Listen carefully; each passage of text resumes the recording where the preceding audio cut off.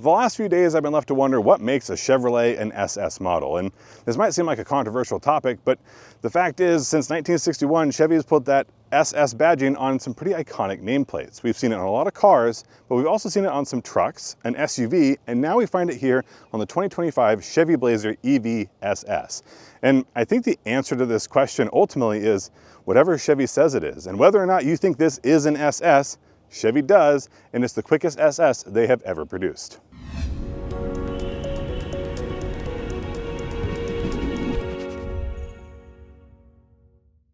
We saw the Blazer EV enter the market in 2024, but the highest performance version of that was going to be the RS. But the RS is in and of itself a pretty fancy badge to put on an electric vehicle, at least to my eye. But now we have the SS, and comparative to not just the LT, but the RS, there are going to be some differences. LT gets you a lot of body color across the front end. RS gets you a little more black, so a little bit sportier look. Here we get a whole lot more black, and it's shaped a little bit more. So you get a lot less of that body color, but this is really going to be where you see the difference. And of the three, between the RS and the SS, those are going to be my two favorites. If I had to flip a coin, the deciding factor is actually going to be located down here in this sort of gunmetal gray lip. That probably isn't providing a lot of downforce, but it really does sort of change the attitude. Above this line, everything is going to be pretty similar across all models. You're going to get these LED light bars here. You can see our turn signal over there, which is nice, bright, and obvious. The biggest giveaway is going to be this SS badge, and if the car is in black, that might be really the only telltale sign. The overall body is going to stay the same between the models, but there are some visual cues that you'll find on the SS that you don't see on the others. But I'll get to that in just a second, because I actually just want to talk about this body.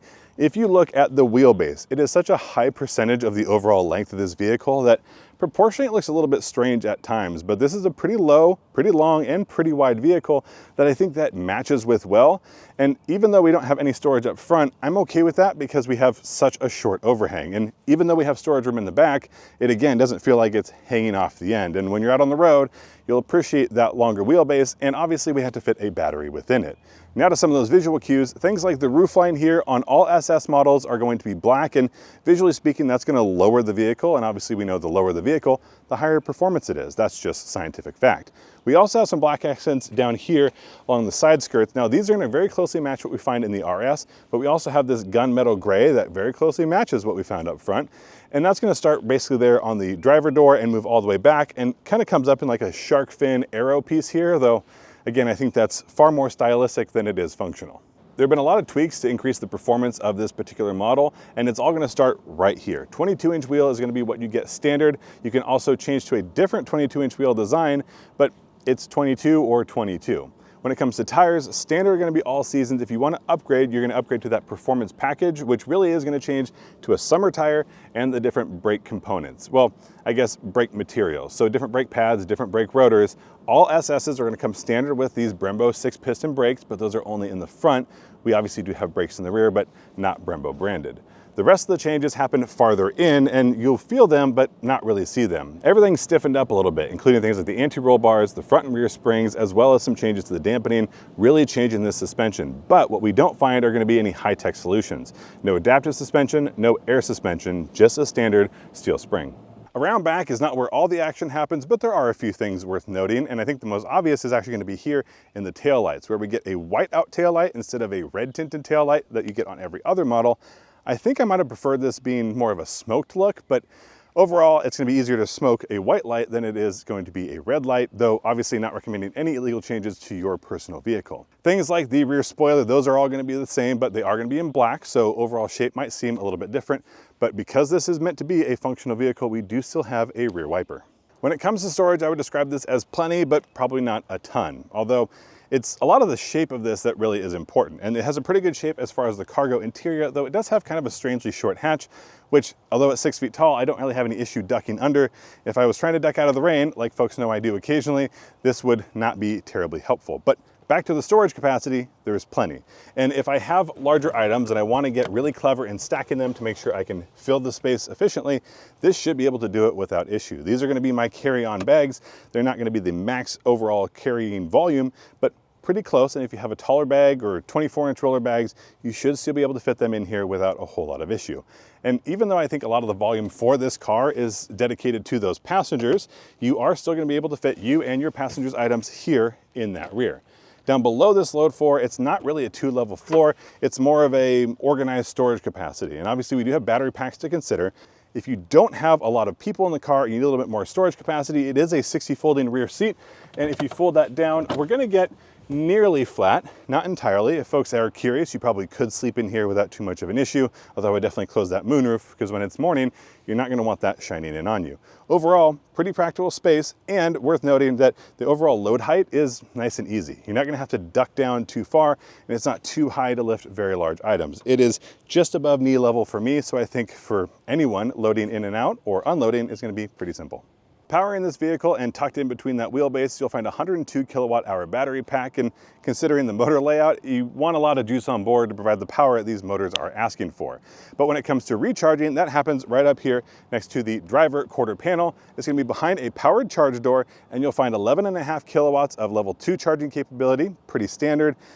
As far as the DC fast charging, it's a little less fast than I would probably like. 190 kilowatts is what we're looking at here, but because of the size of the battery and the overall range you get, I'm not sure it's a big problem. It is just worth noting it's gonna be less than we find in some of the competition. There might not be a ton of direct competition, but there are a lot of other EVs out there that can certainly charge faster than this. But because of the size of the battery and the 303 miles of rated driving range, you're probably not gonna need to use that DC charging very often or very much if you do stop. Under this shorter than usual hood, we find no storage capacity, but we do find the power plant, or at least one of them, because this is a dual motor, all-wheel drive layout, totaling 615 horsepower, 650 pound-feet of torque. And those are absolutely enormous numbers, especially in this category and especially at this price, but we'll cover that down the road.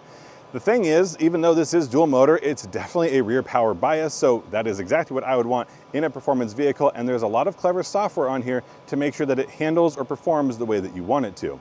One thing worth noting is if you want that absolute top power output, you have to enter the vehicle's wide open watts mode, which you find in the infotainment screen, and that's gonna unlock the extra 100 horsepower and extra 200 pound-feet of torque, or there or thereabouts, which means that your daily driving is gonna be, well, minus 100 and minus 200, but still should be plenty if you need to pass in a tight situation. When it comes to the interior, this is going to seem very much like other Blazer EVs out on the road today, with just a couple things to consider. The first is that the EVSS comes with pretty much every feature available. There's not a whole lot you can add, and certainly not something that's available on other models you don't find here. But the other thing you get is some different interior color options, and there really are only two ways to order your EVSS. You can either go with the bright red interior, or you can get this darker but more interestingly accented, I think. And the accents here are going to be this orange. Now, I don't remember the specific name for the orange, but you'll find it on pieces like this upper part of the shoulder area on the seats. You'll find it in stitching throughout the vehicle. That's going to be seats, steering wheel, other accent points. And you also find it, as you may have already noticed, in one of my favorite spots here in the seat belt. Now, a uniquely colored seatbelt is not a reason to buy a car, at least not for most, but it's not something we see a whole lot of, and I appreciate that it's in here, even considering if you get the red interior, it doesn't come with a red seatbelt. So if you want the special seatbelt, this is what you go with. But when it comes to the coloring, it is mostly going to be charcoal or a lighter gray. The upper portion of that door is going to be the darker gray with that orange stitching. And again, I really like this color orange, but I'll try not to say that too many times. Down below that, we have a plastic, what looks somewhat like carbon fiber and sort of a textured swoop design. And then in the armrest, again, that same gray with orange stitching, and again, fairly softly padded. Below that, things get a little bit lighter, but in the corner there, you can see this is gonna come with the upgraded sound system. I believe that's a Bose 8-speaker system. You'll find that standard in every EVSS. That lighter gray continues here into the storage cubby, and within that storage cubby, plenty of space. And just above that, what looks like it could be a tray isn't really, just an interesting, I guess, design accent there with, again, a little bit more of that somewhat carbon fiber looking accent piece and some more of that orange stitching. Moving into the center screen, this really is the highlight of the vehicle because it's one of the most obvious portions of the vehicle. And as you can see, it is absolutely enormous. Now, this is running Android Automotive, which not to be confused with Android Auto. Because this is a General Motors electric vehicle, no Android Auto, no Apple CarPlay. But from here, we're able to use things like our Google Maps. If we go to our home screen, not only is everything big and easy to see, but it's also obvious what it is, where it's in front of you, and this is a configurable option. So if you want something closer or farther away or on page 1 instead of page 2, you can go ahead and make those changes. When it comes to changing your temperature, that's going to be done with a mix of buttons and touchscreen. You can see here that the climate control has a knob there on the left, but you can also tap here. I don't know why anyone would do one over the other instead of one and the other. Either way, you do have the options there. And as you can see here, heated and ventilated seating, using those ventilated seats because it's a little bit warm out here and a little more humid than I'm used to up in the Pacific Northwest.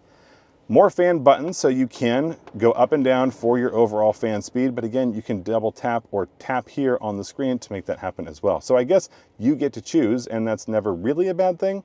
One thing that you can't make a whole lot of difference in is going to be this little button bank here. And I say button bank, obviously it is a touchscreen, but this is going to be here all the time, and you can go ahead and access things like the interior lighting or the exterior lighting, excuse me. So these are going to be your headlights, things like the one pedal driving, whether that's on or off. And then just above that is the interesting floating dial here. That's going to be for your volume. Now down below that moves to some of our ventilation. As you can see, these are not subtle, so sort of a turbine looking design. You turn them left to open or right to close, and then obviously you just move them where it is you need to. You'll find that on the left and right of the driver and passenger, and a few more of those in the rear, but again, those are your vents. Down below the vents, we have a little bit of a storage cubby, and originally I thought this might be a great spot for a phone charger, but it's also a little bit out of the way. So I guess good news is it's not your Qi wireless charging mat, but it is tucked quite a bit of ways, and there's not a whole lot of room to reach your hand under the vents to go ahead and access it. A little more storage here and some more power available, so USB-C ports there, and a little bit of a storage cubby, but a little bit strangely forward. I'd like to see a little bit more space farther back, but this is what we have. And behind that, 2 cup holders, and then finally, your Qi wireless charging mat. You can see my Galaxy S23 Ultra fits here no problem. So iPhone Maxes, Samsung Ultras, and XL Googles should fit there without a whole lot of issue. Now, this is going to be a shiny black plastic, so something you want to be careful or considerate of. And then we have our armrest, opens up to, again, a fairly large storage compartment with a little bit more charging as well. You can see USB-C there, and just under the flap is where we'll find the 12-volt access. While this armrest is quite large, there is no adjustment to it, so no sliding forwards or backwards, but it does have that nice orange stitching included as well. From the main driver's view, I'll point out that we do have a heads-up display that is standard here on the SS model, but hard for me to get on screen at this time. But what's easier to catch is going to be the digital gauge cluster, and that's something you'll use a whole lot more. If you notice it down below, you do have the IR camera there. That's for your Super Cruise, but I'll come to that in just a moment.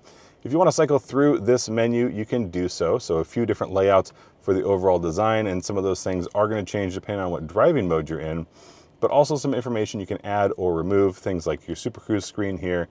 Your very, very basic for folks who just don't want a whole lot going on, basically just your speedometer, and then adding in a little bit more. Obviously you can see there on the G meter on the left, this is an SS, so it makes sense to have some of those fun toys.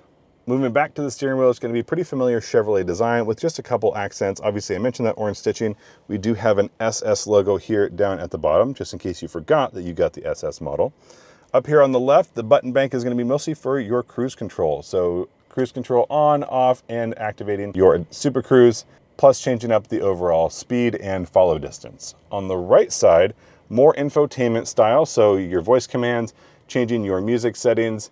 This is going to be the button you use to rotate through that screen there, the digital display there for you, and then heated steering wheel, again, as standard. Now, what's always missing here on the front of a steering wheel for Chevrolet is going to be the volume knob. Those are down below here, so volume up and volume down are going to be tucked behind here, sort of like their paddle shifters. On the left side, we have the similar function, but we actually do have a paddle that is going to be a regenerative brake paddle that you activate to increase regenerative braking. And then down below that is going to be your track forward and backward here again on the back of that screen. I do appreciate a button existing but being tucked away so that things don't get too busy. Another thing I appreciate is Super Cruise and the fact that it's standard here on the SS model. So this steering wheel design with that black piece up top is going to be for Super Cruise. And it's one of the better hands-free driving systems on the road today. It's certainly one of the best at telling you what function it's in and what it's planning on doing. So things to consider if this is something you want to be your all-around vehicle, this will make a great commuter car because of that Super Cruise. Off to the left, we'll find just a few more buttons, things like your electronic parking brake, lane keep assist, auto hold, and then the dimmer for the overall display screen. And then just off to the left of that, your memory settings that does come standard, so 2-position memory seating and your lock and unlock buttons. Up in the center, you'll find your rear view mirror, but this also is a digital rear view mirror or rear view camera, however you'd like to describe it. So that function is going to be standard.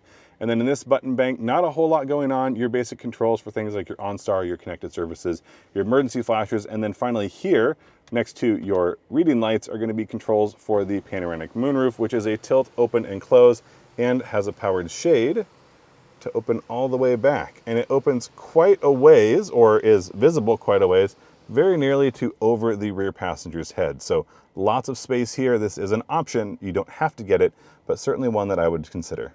Now to get this out on the road, and the first thing you'll notice is that this is quick.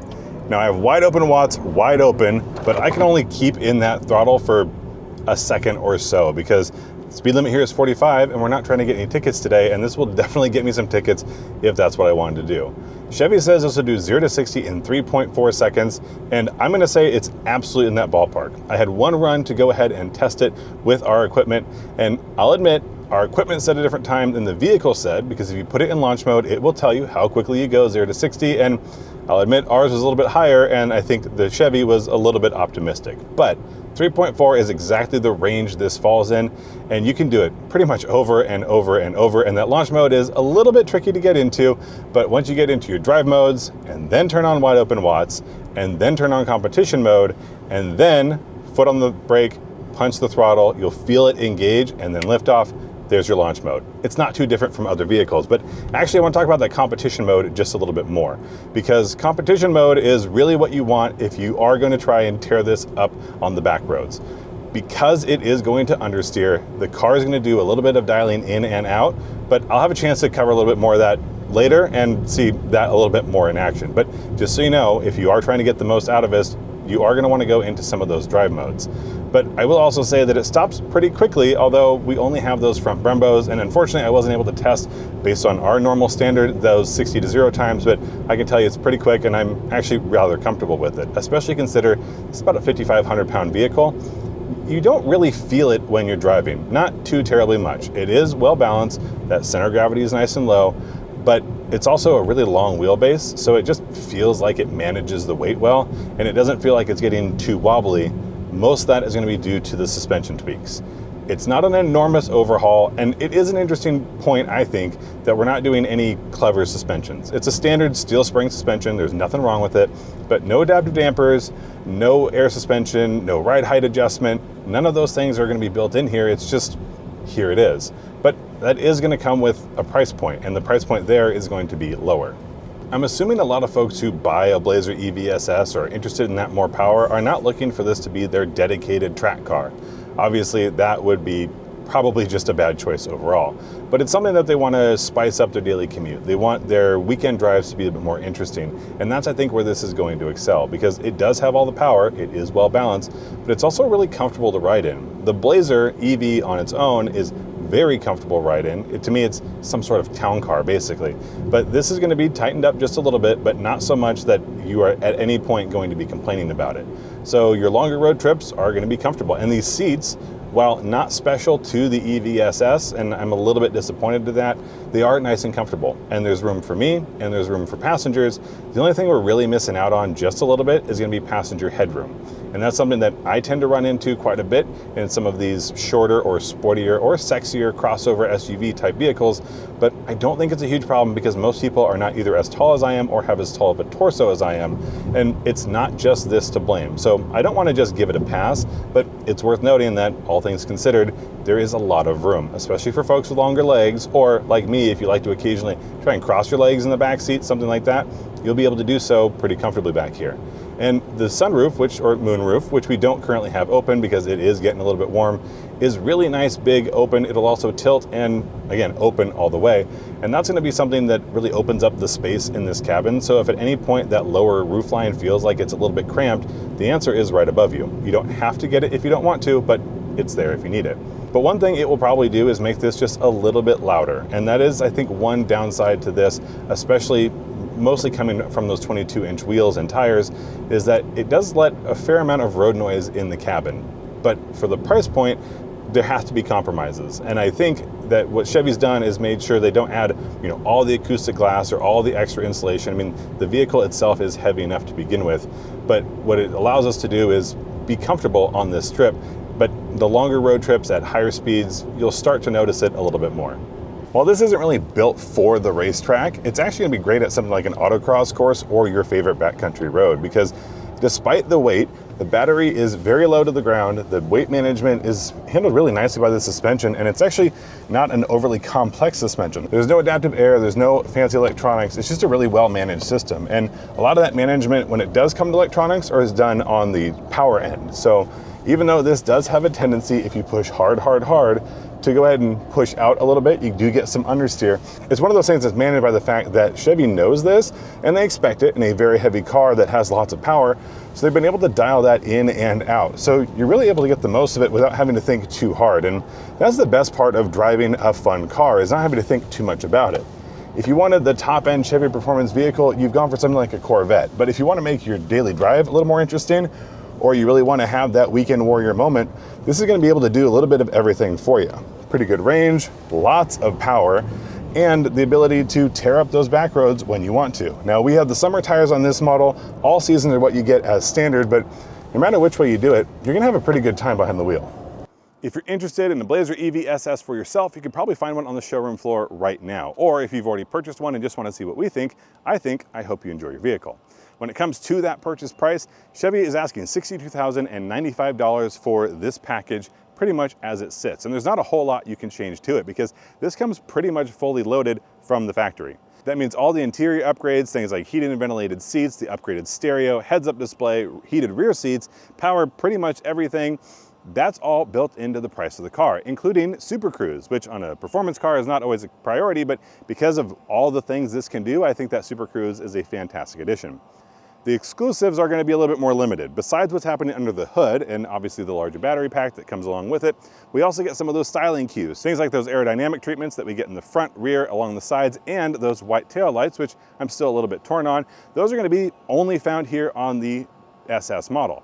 But the other thing you'll find exclusive for the SS is going to be this interior. Obviously, the red is very nice as well, but the fact that we have a multi-pattern, multi-colored, and orange accented interior, including those orange seat belts, is probably one of the reasons that I would go for this over the other models. Although I also like the suspension a little bit more. But what would I compare this to? Well, putting aside the Ioniq 5N and the Tesla Model Y Performance for size reasons, also somewhat pricing, I'm not sure what this directly competes against. I think the closest thing size-wise is like a Jeep Wagoneer S or maybe something like a Polestar 3, but both of those are gonna fall in the luxury category and have much different option lists, and really they're maybe more fun to drive when you're really picking up the speed, but 0 to 60 time, this is gonna be just as quick as any of those things that I listed, at least dependent on where you are launching your vehicle. The Model Y Performance really doesn't exist right now because we got a refresh on the lineup, but we haven't seen a new performance. And the Ioniq 5N, which is an absolutely fantastic car to drive on a track, is gonna be a little bit more punishing when you get it out on the road. And if you're looking for a daily driver and you need the space that you find in the Blazer EV SS, you will not find it in the Hyundai Ioniq 5N or any Hyundai Ioniq 5, just lots of letters and numbers. The point is, this kind of stands on its own right now. And the fact that it's not dialed up to 11 or 12, I don't think really bothers me, because when you're daily driving this, you're really gonna get the most out of it. And if you wanna push a little bit harder, you can. But if you're trying to go 10/10ths like we were out on that racetrack, that's where you're gonna run into a little bit of a limitation, but I'm not so sure that's a big deal. Let me know down in the comments what it is that would get you into this Blazer EV SS over something else, or what other vehicle is gonna do it for you that just falls short on, because there's a whole lot of ways to look at this, and I'm definitely curious on what you think. If you wanna see more of us, you can find us on Instagram, Facebook, Threads, probably not LinkedIn, but things like X and Blue Sky. You can find us pretty much everywhere. And if you want to listen to us on your daily commute, maybe in your Blazer EV SS, you can find us on our Auto Buyer's Guide podcast, either on YouTube or streaming services, wherever you like your favorite podcasts. Thank you so much for watching. Stay safe, and I'll see you down the road.